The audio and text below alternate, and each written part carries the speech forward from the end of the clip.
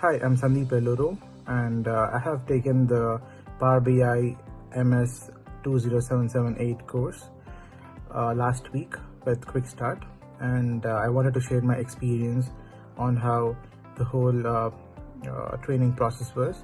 It started off well. The instructor was clear and concise of what topics to cover. Because it was a basic course, maybe my expectation was a little higher compared to the course content that was provided, but regardless, I definitely understood the basics of Power BI and how to get started, and how to go about creating some basic visualizations and some basic charts, and also publishing into the Power BI server.